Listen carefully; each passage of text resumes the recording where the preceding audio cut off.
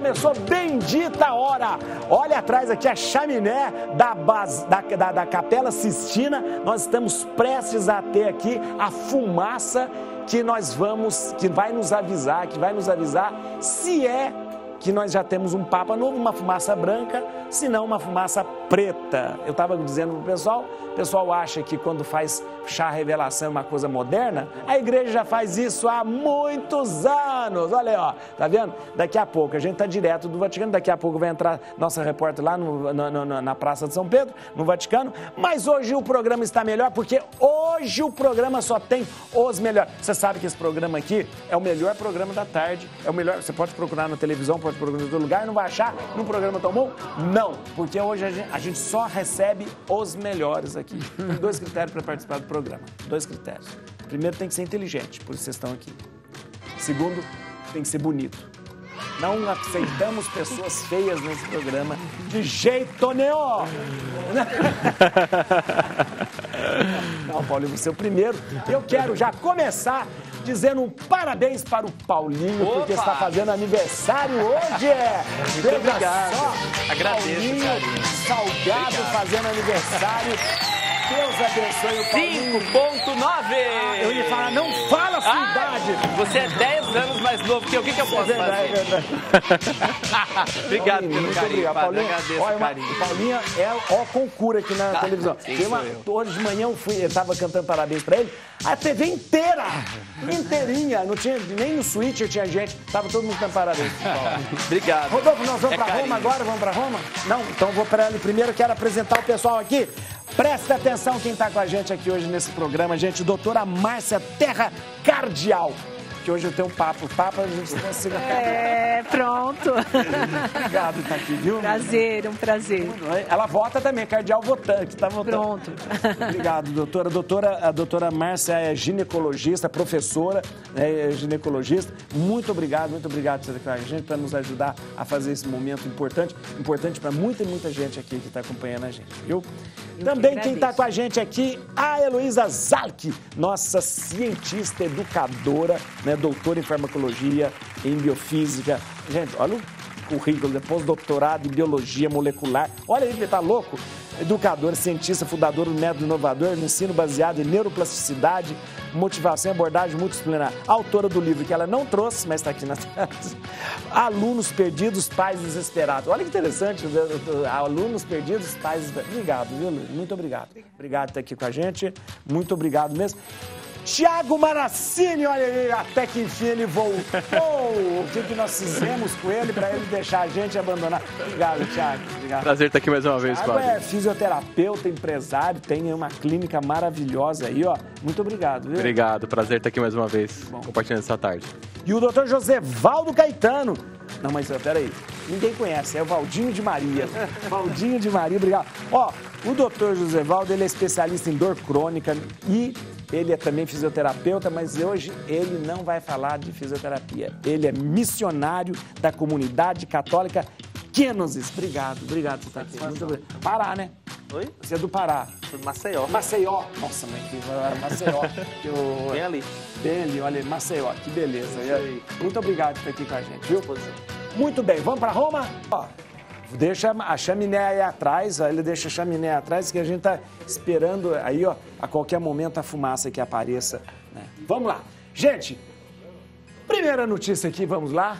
Kenosis, comunidade católica, Kenosis. Valdinho de Maria, me fala uma coisa, fala pra gente sobre a comunidade que você pertence, a comunidade católica Kenos. Kenos é uma palavra grega, né? Que significa esvaziamento. Esvaziamento, né? Esvaziamento. Então, a comunidade é daqui, de São Paulo, né? Ela nasce aqui do coração do Rogério Santos e da Edna. Ah, nasceu onde? Aqui em São Paulo? Sim, sei lá, em Osasco. Né? Rogério, ela sai a base da Renovação Carismática Católica. Sei. Onde eles se reuniam, depois de grupo de oração, eles chamavam de escola de santidade, algo desse tipo. Porque eles se reuniam na casa do pai de Juninho Cassimiro, acho que você conhece. Sei. Se reuniam para rezar. Olha que demais. E aí eles começaram a rezar e a comunidade foi crescendo. Cresceu tanto que chegou em Alagoas. Olha que coisa. Você é de Alagoas? Eu sou de Alagoas. Você é de Alagoas. E aí conheci a comunidade. E aí fiz um dos encontros da comunidade, o congresso. Sim. E estou aqui, minha família, minha esposa está no caminho também vocacional, está no discipulado. Eu já sou missionário da comunidade. Eu já estou você é missionário. Eu apresentei você também como... Você é fisioterapeuta, osteopata. Sou osteopata, sou especialista em dor crônica. Trabalho com dor crônica há quase 10 anos. É? É. E você consegue conciliar a sua vida de missionário e osteopata e tudo isso? Consegue? Padre, desde quando eu era mais novo, eu estudava na faculdade, eu dizia assim, as pessoas sempre dizem que não dá para rezar e estudar ao mesmo tempo. E muitos largavam, né? Largavam a missão, a igreja. Assim, eu vou provar que eu consigo ser bom profissional e servir a Deus com toda a intensidade de que Ele me dá. Então, eu lembro que quando eu tinha prova no final de semana, eu estudava na semana e no final de semana tinha missão. Então, na semana inteira eu esforçava um pouco, dormia um pouco mais tarde para poder estudar, para poder no final de semana servir a Deus. Então, desde a faculdade que eu tenho isso no meu coração. Né? Então, eu trabalho, né, durante a semana, mas os meus finais de semana, as minhas noites são todas para evangelização. Interessante isso. Eu tenho 5 casado, filhos. Sou casado, tenho 5 filhos. 2 no céu. Olha, 3 aqui. 5 filhos? 5 filhos. A Tereza de Maria, de 5 anos. O Pio Mateus, de 3 anos. E a Joana de Maria, de 1 ano e 7 meses. Tudo nome de santo. Olha que coisa. Olha que coisa. Decidi que a minha vida, ela precisa ser o evangelho vivo, como São Paulo diz. Verdade, é isso que a gente busca, né? E tanto na minha profissão, né, como meus pacientes, por isso também, que eu me especializei em dor crônica, depois de... Dor crônica, você tem uma especialização em dor crônica. E aí eu fiz um trabalho uma vez com um irmão de rua e pedi a Deus a graça, de da mesma forma que o nosso Senhor cuida das dores do nosso coração, que eu pudesse com as minhas mãos cuidar das dores das pessoas, na época. Olha que interessante. E aí eu comecei a estudar dor crônica por isso, aí fiz osteopatia e recentemente terminei a diplomação internacional lá pela Escola da Espanha, então assim... Nossa, interessante, muito bonito. Olha, uma vocação mesmo, né? Uma vocação mesmo. E encontrei na comunidade Kenosis aquilo que culminou tudo aquilo que eu sonhava. Eu sou da renovação até hoje, participo do grupo de oração, né? Mas a Kenosis, ela veio e complementou aquilo que... de eu esvaziar realmente daquilo que eu sou em prol do outro, né? Ser tudo para todos, que é um dos caminhos de lá da comunidade. Muito bom, olha, interessante. Vou perguntar mais coisa aí, porque tem mais coisa. Tem mais aqui, Rodolfo? Vamos ver aqui, ó. Vamos lá. Vemos aqui, ó. O porquê fazer acompanhamento ginecológico após os 60 anos? Uai, padre, é o seguinte, agora já passei pela menopausa, já passei por coisa e tal. Pra que fazer isso? Não vou ter mais filho, não vou ter mais nada. É importante também. E é super comum isso, não é, padre? Porque as pessoas acham assim, já atingi uma certa idade, agora não preciso ir mais ao médico, né? Não preciso mais fazer prevenção. Como se ginecologia fosse só para ter filho, Só para ter filho ou só para algumas causas de quem ainda é jovem, está menstruando. Então, assim, é muito importante a mulher ter essa visão de que após a menopausa não é comum sangrar. Se ela teve um sangramento, ela deve procurar o médico. Sangramento não significa que seja menstruação, não é menstruação. Não, é menstruação. É um sangramento pós-menopausa, o sangramento vaginal pós-menopausa deve ser investigado. Porque não é normal. Não é normal. Não é normal. Nós temos que excluir, não que seja todas as vezes, mas nós temos que excluir o câncer de endométrio, por exemplo. Mesmo na pessoa mais velha? Exatamente na pessoa mais velha. Olha que coisa. O câncer de ovário também deve ser excluído. Então, existem alguns exames que essas mulheres acima de 60 anos ou acima da menopausa precisam de um cuidado especial. Agora, o sangramento, ele pode ser, não é uma coisa, nem sempre é uma coisa gravíssima. Pode ser pode ser sinal de alguma coisa, né? É sinal de alguma coisa, padre. Sei. Porque, olha, tudo bem, existem algumas causas de sangramento, por exemplo, uma pequena fissura, porque existe uma atrofia genital pela falta de hormônio. Então, ela pode ter uma atrofia e ter uma rachadurinha ali que sangre. Sei. Mas o que realmente não é normal, a gente tem que investigar causas de endométrio, um pólipo do endométrio, um câncer do endométrio, um câncer de ovário, tem que ser investigado nessa ocasião. Agora, doutor, hoje as mulheres, depois da menopausa, mesmo antes da menopausa, já tem como costume, não é mais um tabu, a questão da reposição hormonal. Perfeito. Né? Essa reposição hormonal, ela também vai fazer com que a mulher tenha uma frequência no ginecologista, né? Isso é muito importante, porque isso é qualidade de vida. A mulher que usa hormônio, ela tem uma volta, existe uma série de vantagens para isso. Uma prevenção do Alzheimer, uma melhora da cognição dessa mulher, ela tem uma melhora nos ossos, na pele, cabelo, vagina. Uma melhora estética, né? Estética também. Mas principalmente funcional, de osso, de vascular. A mulher, antes da menopausa, ela tem muito menos chance de infartar do que o homem. Olha, que coisa! Depois da menopausa, equipara. E às vezes até um pouquinho a mais. Com a reposição hormonal, isso dá para... Reduz. Olha que coisa! Então, realmente, antigamente, as pessoas morriam aos 30 anos, aos 40 anos, né? Na Idade Média, a média de idade era 30 anos. Hoje, os 50 de hoje são os 30 do passado. Imagina, 60, porque a gente está falando de uma mulher de 60 anos, a gente não está falando de uma mulher velha. Não está falando de uma mulher velha. São os antigos 40, por exemplo. É verdade. Né? É verdade. Então, realmente, é uma fase de transição. E hoje, eu brinco com o senhor, porque eu tenho uma tia que gosta muito do seu programa. Atenção, lá de Escalvado, Dona Maria. Olha aí. Dona Maria Terra tá lá. Maria Terra. Tá lá. Olha, quem sabe me ouvir, 101. 101 anos, está assistindo a gente lá. Olha aí, ó, Dona Maria Terra de Escalvado. Todo mundo conhece ela lá em Escalvado. E olha, é longevidade, viu? Porque a cabecinha dela é ótima, ótima, melhor do que a minha. Olha. Então, realmente, assim, nós temos que pensar que nós ginecologistas, nós médicos, temos que pensar que cada vez mais as pessoas vão viver mais. Então, realmente, a prevenção com vacinas, a prevenção com hormônio, olha... Quantas vacinas apareceram acima dos 50 anos, padre? O herpes zoster lá. Herpes zoster, pneumocócica. Olha que... E a gente não pode deixar de usar isso. Gente, a tecnologia é a favor da gente. Exatamente. Quanta fake news entrou por conta das vacinas e se bloqueou. As burrices. Mesmo a questão da vacina do HPV, não acima de 60, mas...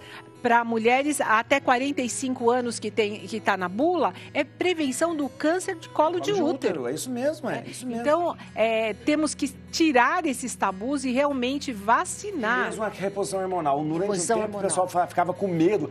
Reposição hormonal da câncer. Gente, é o contrário. Ela evita de ter câncer, né?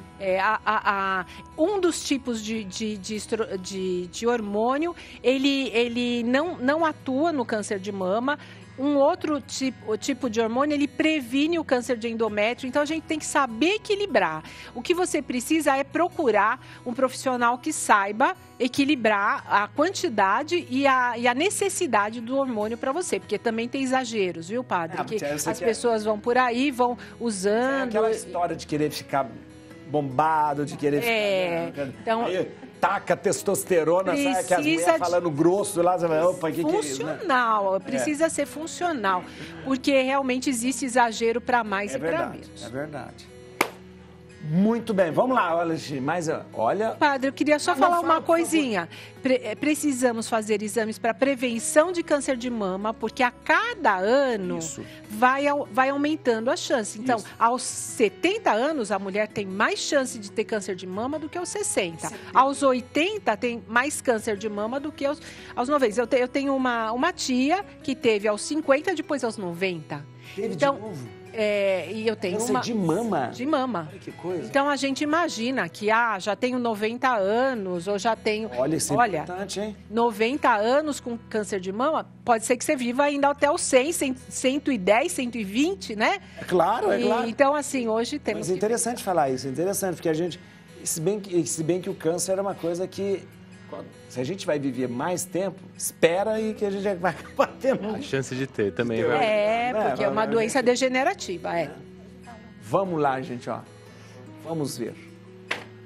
Saiba como prevenir as lesões por esforço repetitivo no ambiente de trabalho. Isto é um trabalho para...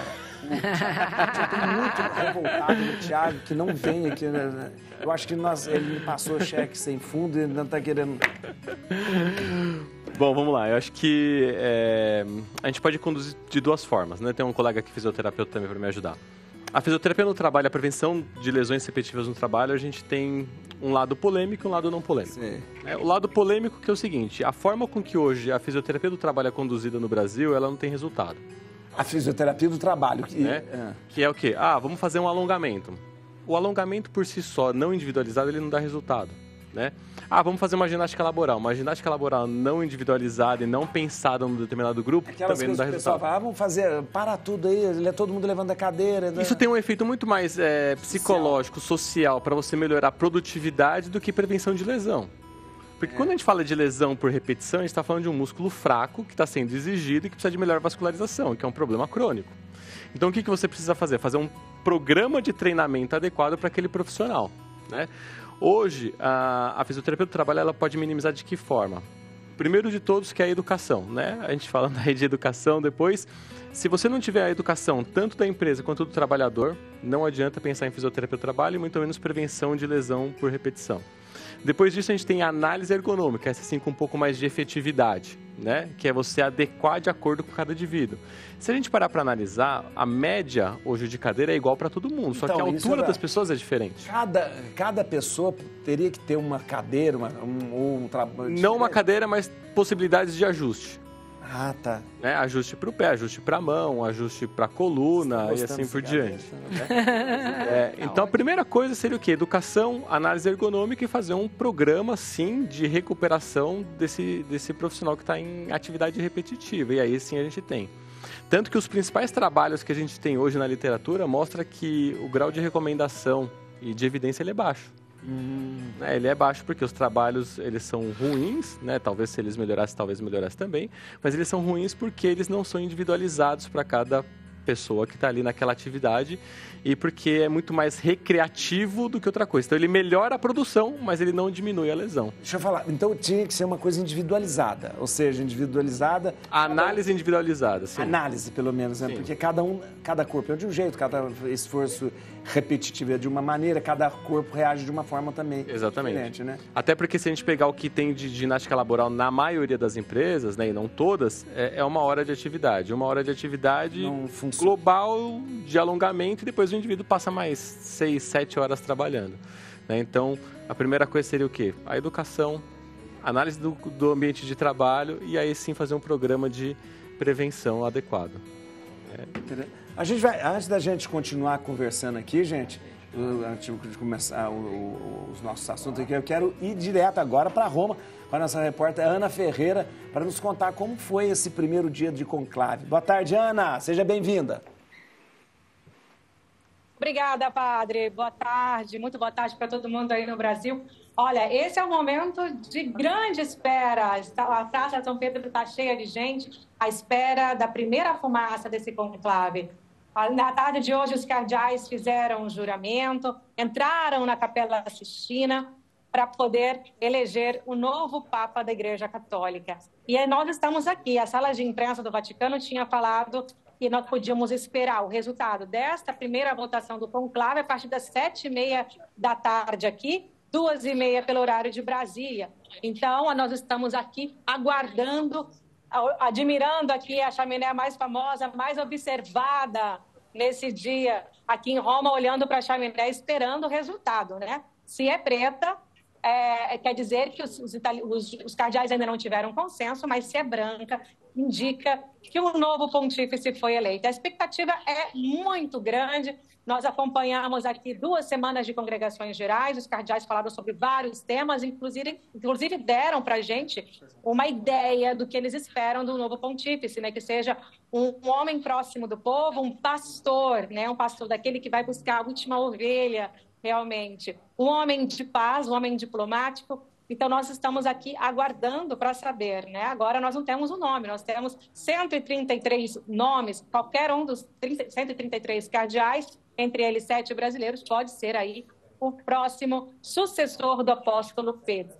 A imprensa do mundo todo também está aqui, Padre Juarez. Olha, a imprensa do mundo todo mesmo. São mais de 4.000 jornalistas de várias partes do mundo. Todo mundo, nesse momento, nós estamos mais de 1 hora aqui, todo mundo olhando para a chaminé. Os olhos do mundo estão voltados para essa chaminé, histórica chaminé, aguardando aqui em oração. Foi muito bonito também acompanhar aqui, porque eu vi muitos brasileiros rezando o terço. O Padre Omar, que é reitor do Santuário do Rio de Janeiro, conduziu a oração mariana do terço com os brasileiros, um momento de muita fé, mostrando que os católicos, aqui do lado de fora, estão em comunhão com os cardeais eleitores, 133 cardeais eleitores que estão dentro da Capela Sistina neste momento. A gente sabe, né? A dinâmica do conclave é que os cardeais rezam e votam, votam e rezam. Né? Hoje de manhã, o dia deles começou com a Santa Missa, a missa pró-elegendo o Romano Pontífice, na Basílica de São Pedro. Os fiéis também puderam acompanhar esse momento de muita fé, um momento de muita expectativa, em que eles invocaram o Espírito Santo de Deus para acompanhá-lo, né? Esse que abrindo aí o caminho espiritual do conclave, a Santa Missa. Depois eles ainda fizeram uma procissão da Capela Paulina até a Capela Sistina. Nós observamos um momento também muito intenso de oração, invocaram todos os santos, pedindo que eles intercedam por esse momento da igreja. Fizeram esse juramento muito, muito lindo, né? Esse juramento, colocaram a mão no Evangelho, prometendo, né? Jurando a Deus que o nome escolhido por eles não foi por eles, mas por Deus, porque eles acreditam que seja aquilo que a igreja precisa nesse momento, né? Vale lembrar também que o conclave tem uma estrutura muito grande ao redor dele, né? Os cardeais contam, inclusive, com confessores lá dentro da Capela Sistina. Eles podem sentir necessidade de se confessar, né? Durante os trabalhos do conclave, né? Durante o rito, porque mexe muito com os sentimentos deles, né? É um momento que eles precisam se unir, trabalhar junto, criar um consenso. Então, a gente sabe que é um momento ali de intensa espiritualidade, onde eles têm essa responsabilidade de escolher o sucessor do apóstolo Pedro, Padre Juarez. Ana, muito obrigado. Você trouxe um resumo completo de tudo. Dá para ver que já é noite. O pessoal está batendo palmas. Será que já está... Vamos dar uma olhada na chaminé, vamos olhar a chaminé. Vamos ver a chaminé. Saiu? A chaminé... Eu não sei se a nossa... Não. Olha, alarme falso, Não, Ana. Alarme falso! Ô, Ana, mas olha, agora 8h30 em Roma agora, 8h30 em Roma, né? Começa a escurecer agora, né? Porque as pessoas estão esperando há muito tempo, Padre. Já rezaram o terço inteiro, já estão aqui há muito tempo. Então, eu acho que teve algum alarme falso, o pessoal começou a bater palma e a gente imaginou que a gente pudesse ter já uma informação de dentro da Capela Sistina. A gente sabe que a fumaça é o único meio de comunicação que os cardeais têm, eles estão sem o celular. Inclusive, eu soube que os cardeais brasileiros pediram, né, ajuda aos padres que vivem ali no Rio Brasileiro, onde eles estavam hospedados antes de ir para a Capela Sistina, para comprar, sabe, o despertador antigo, aquele com relógio, né? Agora todo mundo usa o celular para poder, também como despertador, né? Verdade. Se deram conta que não tem despertador e eles precisam, claro, continuar uma rotina com os horários bem certinhos agora lá dentro do conclave, então eles precisavam de um despertador. E aí compraram só uma pilha e um pensou, será que vai dar uma pilha? Então, esperamos que o conclave seja breve, né, e que a pilha não acabe, assim eles não vão perder o horário. Com certeza, 3 dias a gente já tem o Papa. Ana, eu queria agradecer, muito obrigado. Exposição claríssima, extraordinária. Você é fantástica, Ana. Deus abençoe você. Muito obrigado obrigado mesmo, viu? Deus abençoe. Olha, muito bom, muito bom. Vamos lá. Vamos lá, gente. Estão tomando café? Estão tomando, deixa eu ver. Cafezinho Você ótimo. não está tomando café. Não, comecei já só. Gente, que ofensa. Meu Deus. Mentira, tô brincando. Vamos lá. Alunos perdidos, pais... A capa é bem sugestiva, né? Como transformar qualquer pessoa em um aluno brilhante, mesmo que tenha ido mal na escola. Opa, isso é um segredo, nossa, que vale milhões. Olha aí, que beleza. Esse é seu livro, né, Luiz? Não, olha aí, que beleza. É interessante, porque isso aí... E esse livro é para quem? Para os pais ou para os alunos? É para todos? Pais, educadores, professores, né? É numa linguagem leiga, né? Acessível a todos, né? De qualquer... Nada daquele conteúdo não é cientificista, assim, nada, não, né? O grande lance desse livro é que ele é acessível para... É como se fosse um bate-papo, né? Que a gente está fazendo aqui, ó. Exato. E aí eu conto os casos, né? De como chegaram para mim, diferentes situações, às vezes problemas psicológicos, às vezes farmacológicos, às vezes realmente algum problema físico que a pessoa podia ter, ou uma dislexia, ou vários casos, e que na maioria deles eles eram desacreditados, né? Porque eles iam mal na escola e ninguém sabia, e a queixa, quando chegam esses casos muito sérios, né? A gente não sabe o que fazer com eles, né? Então a criança já está totalmente, os pais desesperados, porque os pais não sabem o que faz mais, né? E fica aquela coisa de um profissional para outro, e foram no audiólogo e coisas, mas o problema não se resolve. Geralmente, né, quando eles são na fase da adolescência, muitos estão há 10 anos se tratando, né, e sem ver melhora. Então todo mundo acredita que ele realmente tem um problema. E já perdeu a esperança, né? Já perdeu a esperança. Fala, eu não tenho mais o que fazer. Por isso que o livro esse é um sopro de esperança na vida das pessoas, porque você ainda coloca ali, ó, mesmo que a pessoa tenha ido mal na escola, né? Sim. Porque é uma proposta muito, muito, muito boa, assim, de esperança para todo mundo, né? Para o educador, para a família e para a própria pessoa também, porque a pessoa, às vezes até o próprio aluno, ele começa a se convencer de que ele realmente não consegue nada.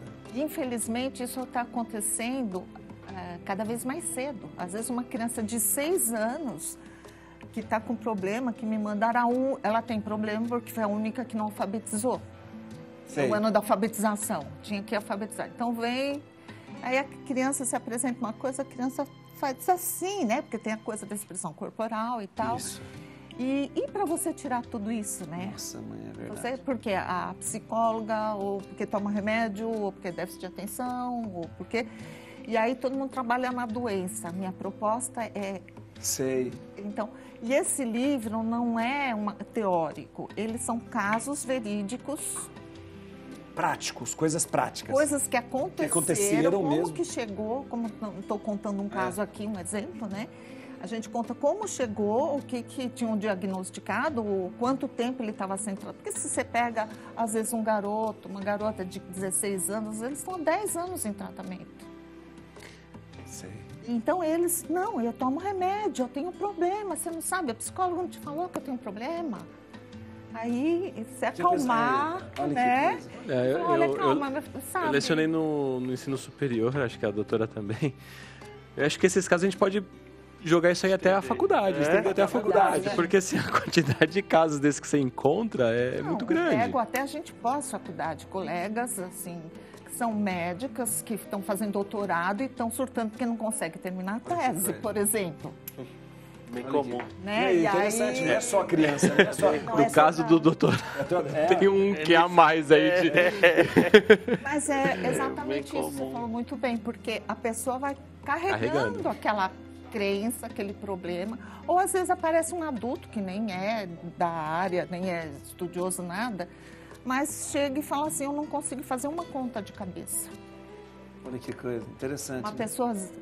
que nem o caso de uns 60 anos e tinha empresa bem sucedida, mas eu não consigo fazer Era um bloqueio. Eu falei, mas como que você faz? Exato.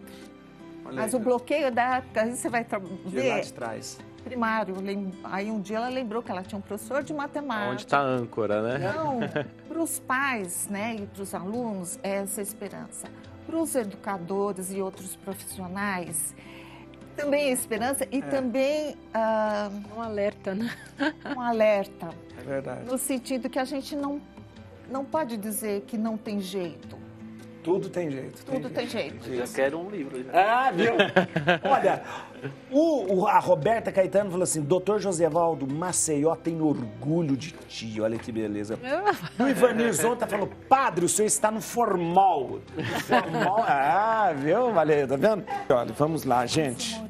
Nossa, tá Muito bom. Depois Eu quero essa informar para formação lá vocês da que Espanha. nesse momento, na Praça de São Pedro, tem 45 mil pessoas esperando, olhando para a chaminé, para esperar a fumaça que vai sair dali. Muito bem. Opa, aqui, ó. Livro do Valdinho de Maria, Entre Cantos e Danças. Seu livro? Eu trouxe alguns Meu aqui. Deus, tá aqui. Trouxe alguns, eu não sabia quantos. Tem 3 aí. Olha que beleza. Deixa eu mostrar aqui, ó. Valdinho de Maria, Entre Cantos e Danças. Já tá lá, olha que beleza. Olha, que demais. Olha, tô vendo aqui. Você toca e canta. Sou Olha. músico já desde... Gente 13 do céu. anos. Olha, você faz tudo também, Valdinho. O que é isso? Olha aí que beleza. O livro trata o quê, Valdinho? O livro é para aquele músico que está começando na É igreja. para músicos esse livro. Músicos e artistas que trabalham com dança, teatro e música, das experiências que eu tive. Eu fiz, no tempo fui Que membro do demais. Conselho Nacional de Música e Arte junto com o Juninho e tal. Representava o meu estado na época e a gente foi tendo experiências, vivências. E aí eu trago temas, por exemplo, como música protestante, pode ou não tocar. Entendi. Tá aqui, ó. Sou músico secular, toco na noite. E agora, posso servir? Isso. É interessante essas coisas que às vezes são dúvidas normais para as comuns. pessoas comum. Porque Olha às vezes que o cara é demais. músico, toca fora, e às vezes é proibido de servir porque toca fora da igreja, mas é o trabalho dele. O trabalho ele vai morrer de fome? Até que ponto eu posso fazer isso com... Então, assim, esse é um direcionamento para quem coordena o Ministério de Música, por exemplo, entendeu? Então, assim... Você sabe que, eu vou falar uma coisa polêmica aqui, mas eu vou falar, porque eu faço. Eu acho que o músico é um serviço, um ministério e tal, mas nós, padres, temos que remunerar os músicos na igreja. Demais. E eu faço isso na minha paróquia. Minha paróquia não vai assim, eles são todos remunerados. Quem toca na igreja é remunerado, por quê? Porque não é possível. Ele se especializou, ele estudou, ele se formou em música, ele faz... Tudo bem, ele faz, eu faço por Jesus, faço por... Mas eu tenho que comer, eu tenho que fazer alguma coisa, não tem? Imagina. Então, respeito. Nos Estados Unidos é assim, né, padre? Então, é verdade. É respeito ao trabalho da pessoa. Então, na paróquia, vai tocar, lá tá, porque ele assume isso como um trabalho dele. E a gente não faz... Porque às vezes a gente fala na igreja de justiça social, justiça disso, mas a gente às vezes não pratica essa justiça dentro da igreja. Eu vou um pouquinho além. Será que se todos nós tivéssemos esse pensamento, teríamos mais ou menos músicos tocando fora ou mais ou menos músicos tocando dentro? Isso mesmo, eu não tinha pensado nisso, isso mesmo. E depois, eu penso assim, se você, nesse caso, desculpa estar falando isso, mas se você remunera uma pessoa por aqueles, ele vai fazer aquilo com gosto, ele vai fazer, falar, olha, além de fazer, ele sabe, mas ele vai fazer, vai falar, eu estou aqui, vou me empenhar. É um compromisso. É o compromisso. São Paulo diz que a gente é digno, né? O trabalho, que o trabalhador é digno do seu salário. De seu salário. E a gente encontra, por exemplo, lá tem uma banda que me acompanha, lá em missão no estado, e aí eu preciso remunerá-los para tocar comigo, né? Então, existem missões que os irmãos conseguem pagar o valor, e lá eu não cobro cachê, essas coisas, eu pago os músicos. E quando o povo não pode pagar, eu pago no meu bolso. Aí você tá perdido, né? E aí o padre fala, Deus lhe pague. Aí eu pago do meu bolso, assim, porque eu penso que não pode parar. É verdade, acho que a missão é essa, não pode parar. E aí eu escrevi isso pensando nisso. Para quem é curtinho, um dia consegue ler. Bonita a capa, eu tô vendo. Quem fez a arte foi o Anderson Costa, o irmão lá de Olha, Maceió. tem Nossa Senhora aqui, mas tem aqui os microfones. Isso. Olha que bonito. O prefácio do Luiz Carvalho. Ah, é? E se você, que a pessoa quiser, tá assistindo a gente, quiser comprar, como que faz? Entra faz contato com o meu contato, tá? Valdinho de Maria. @Valdinho de Maria, o Instagram dele. Ou no canal também. não. É isso mesmo. É isso, Valdinho de Maria. Valdinho no de Instagram. Maria. Instagram. Aqui é o profissional. Aqui, ó. Aqui é o profissional, verdade. Valdinho de Maria, @Valdinho de Maria. Pode entrar aí, você vai conseguir. Isso é muito bom para a formação dos ministérios de música. Tem poucas no Brasil inteiro. Sim, são poucas formações. Pouca material. Pouco material, isso é pouco material. Olha que beleza, viu? Vamos ver aqui, gente, mais coisa aqui. Vamos lá. Olha lá. A fumaça. Cadê? Será que é a fumaça? Será que a fumaça é? Não é fumaça, não. Teste molecular. SUS começa a oferecer novo exame para prevenir câncer de colo de útero. Esse teste ele é um exame para prevenir ou para saber se a pessoa tem predisposição? Como que é, doutora? Padre, esse assunto é incrível, porque essa é uma grande novidade do nosso país. Sim, olha que coisa. Eu estou vindo de Portugal. Lá em Portugal teve um congresso europeu em que se trouxe muitas novidades a respeito disso. E alguns países mostraram resultados muito interessantes na eliminação do câncer de colo de útero. Que demais. Veja, eu trabalho há muitos anos, algumas décadas, eu trabalho nessa questão da prevenção do câncer de colo de útero. E a gente sabe a causa do câncer de colo de útero, é o HPV. Sim. É o papilomavírus humano, que 80... Aquela verruguinha que geralmente dá... Tem a da verruga que não leva a câncer, mas tem tem mais de 200 tipos o HPV. Ah, tem 200 tipos? 200 tipos. Tem alguns de baixo risco que dão verruga, como tem 2 tipos lá que dão verruga, que estão na vacina. E tem outros que dão câncer, do colo do útero, da vagina, da vulva, do pênis, da boca e... de todo o trato genital. Homem também tem HPV, Homem viu, gente? também tem HPV. Homem tem HPV, viu? Homem também precisa tomar vacina. Tomar vacina, isso mesmo. 80% da população sexualmente ativa tem ou terá o vírus HPV. Então, é um vírus extremamente comum. É a partir dele que gera o câncer. Então, a vacina é fundamental. Na rede pública, tem a vacina quadrivalente, para meninos e meninas de 9 a 14 anos, mas até 45 anos, se ela tem alguma imunossupressão, HIV, transplante, tratamento oncológico, se teve uma violência sexual. Ela pode tomar. Pode tomar, gratuitamente. Gratuitamente, mas quem está fora disso aí, ela pode ir pode pagar? Pode ir no serviço público e pagar e tomar. No serviço privado, é a vacina nonavalente, que tem 9 tipos de Até que vírus. idade pode tomar essa vacina? Até 45 anos em bula. 45 não adianta? Dá. Hã? É que os estudos têm até 45 anos, mas não significa que acima não possa tomar, Então, viu, padre? Mas em bula não tem estudos nem que sim, nem que não. Mas, assim, em alguns casos a gente dá sim. Pelo sim ou pelo não?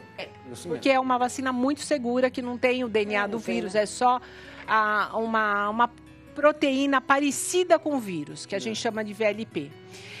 Então, tem a vacinação, que é a prevenção primária do câncer de colo de útero, o rastreamento, que é a secundária, e o tratamento, que é a terciária. Então, a Organização Mundial de Saúde, em 2020, propôs um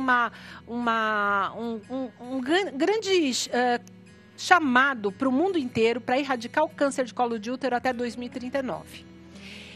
Alguns países estão caminhando para isso. O primeiro país é a Suécia, que resolveu fazer junto vacina, teste HPV e tratamento. Então, para não fazer essa mulher voltar.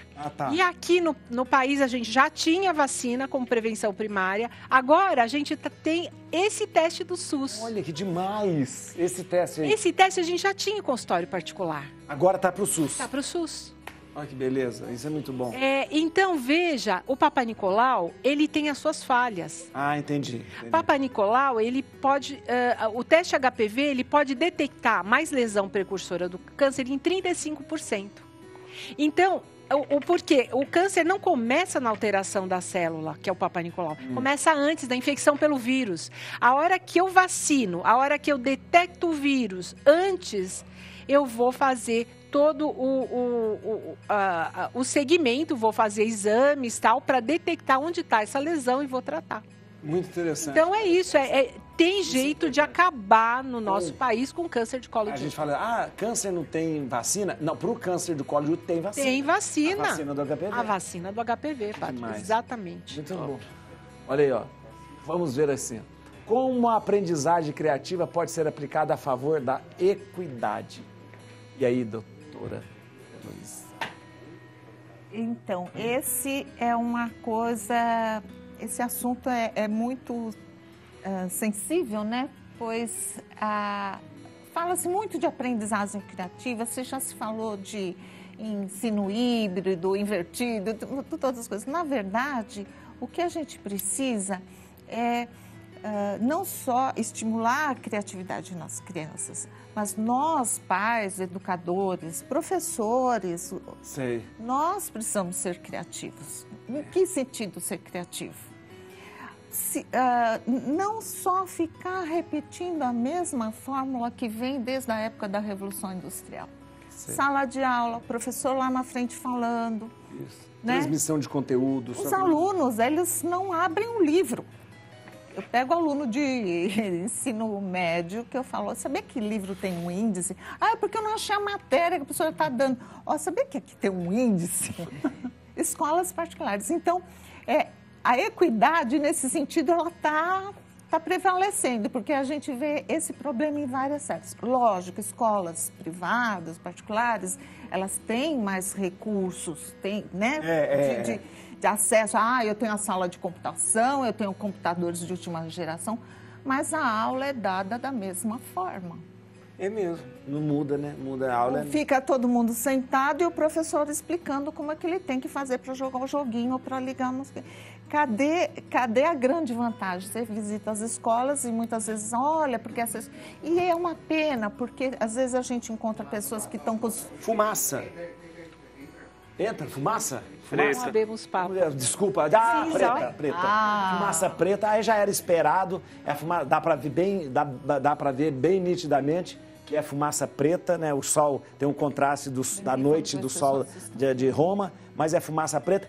Isso, na verdade, era bastante improvável que a gente tivesse uma fumaça branca hoje, né? Isso não acontece, não tem acontecido nos últimos conclaves, mas nós temos a fumaça preta. Já é noite em Roma, Lá estava com um pouco a íris aberta, ele estava bem aberto, mas a fumaça é preta, dá para ver, dá para perceber nitidamente que a fumaça é preta, veja só. Na verdade, hoje existe, até Rodolfo, existe uma forma também, antes não se tocava o sino, mas quando se tem fumaça branca, além da fumaça branca, os sinos tocam também. Então as pessoas já estão se retirando, olha lá que coisa lá, bastante fumaça preta. Como faz a fumaça preta do conclave? A fumaça preta do conclave é feita assim, você pega todas as cédulas e todas as anotações dos cardeais, tudo papelzinho, coisinha que ele escreveu, tudo isso, coloca num fogão que tem, né? E do outro lado tem um fogão onde eles têm umas granadas feitas de elemento químico usado naftalina, que é um derivado do petróleo, e com a naftalina faz a fumaça preta sair, né? Antigamente se fazia fumaça preta na Idade Média queimando palha molhada, palha úmida, né? Mas a palha úmida geralmente ela não dá ela fica meio cinza, meio preta, aquela coisa toda. Então hoje tem Ficar na dúvida. Ficar na dúvida. Aí desde 2013 é feito uma granadinha de fumaça que joga ali junto no outro fogão, né? São dois fogões interligados, um queima os votos e também as anotações e sobe aquela fumaça preta. Se for fumaça branca, é um derivado da lactose, eles queimam, porque quando você queima a lactose, a fumaça é branca, né?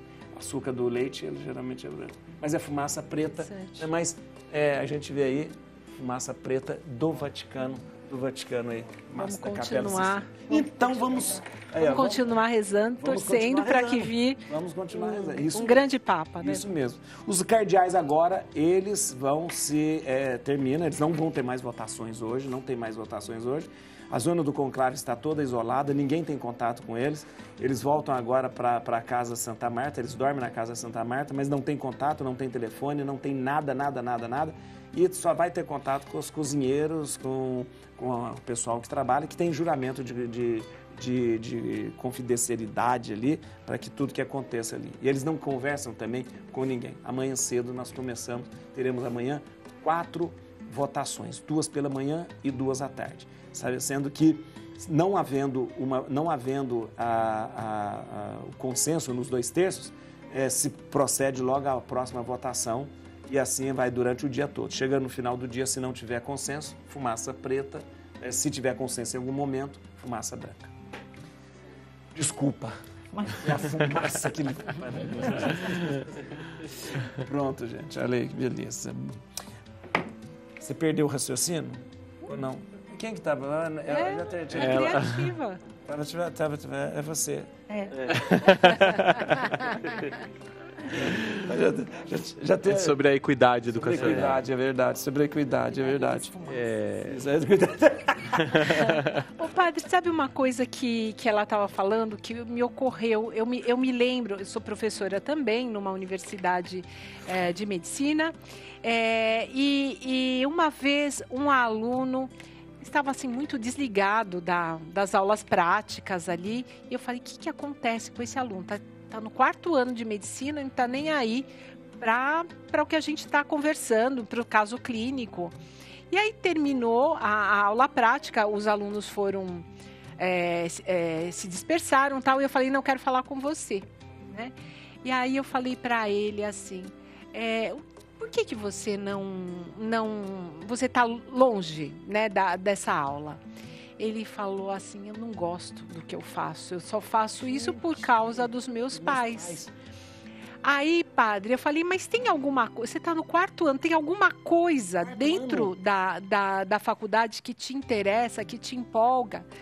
Eu gosto mesmo de gestão. Eu falei, mas então, por que você não faz uma gestão hospitalar, não sei o quê? Então... Padre, na próxima aula, ele era outro aluno. Ele estava atento, ele estava... assim, colocando para fora os pensamentos dele, parece que ele tirou... Então, eu acho que assim... Olha, uma coisa, assim, pra gente, simples demais, simples demais. Virou a chave. Virou a chave. Olha que coisa. Vamos ver aqui mais uma aqui, olha, vamos ver aqui. Eletroterapia combinada para fisioterapia, vilão olhar. Deixa eu te falar uma coisa, eu fiz isso, funcionou. Quando você falar que não funciona, eu fiz isso. Olha lá. Agora você ficou esse negócio no ombro. É o placebo, brincadeira. 20% do placebo resolve. A eletroterapia combinada. Acho que não tem nem vilão nem aliado. Né? Acho que assim, quando ela é bem aplicada, eu acho que quando bem conduzida, ela dá o resultado que ela precisa dar. Quando a gente fala de eletroterapia combinada, a gente está falando de 2 terapêuticas associadas, né? Que seria a eletroanalgesia ou a eletroestimulação associada a uma onda mecânica ou de laser, por exemplo, que seria a fotomodulação. Então, assim, um vai trabalhar na analgesia e outro trabalha na redução da inflamação ou regeneração tecidual. Então, ela é possível. Qual é o grande problema hoje da eletroterapia quando a gente fala de conduta? É utilizar ela como amuleto. Ah, tá. É usar ela para tudo e qualquer coisa e falar que aquilo ali vai resolver o problema. Ela não vai resolver o problema. Ela vai ser um coadjuvante para que você chegue no melhor resultado. Só aquilo não adianta. Não adianta. Tanto é que hoje, a eletroterapia, a gente orienta até o paciente fazer em casa. Para ele não perder tempo na clínica, porque na clínica ele tem que trabalhar a atividade física.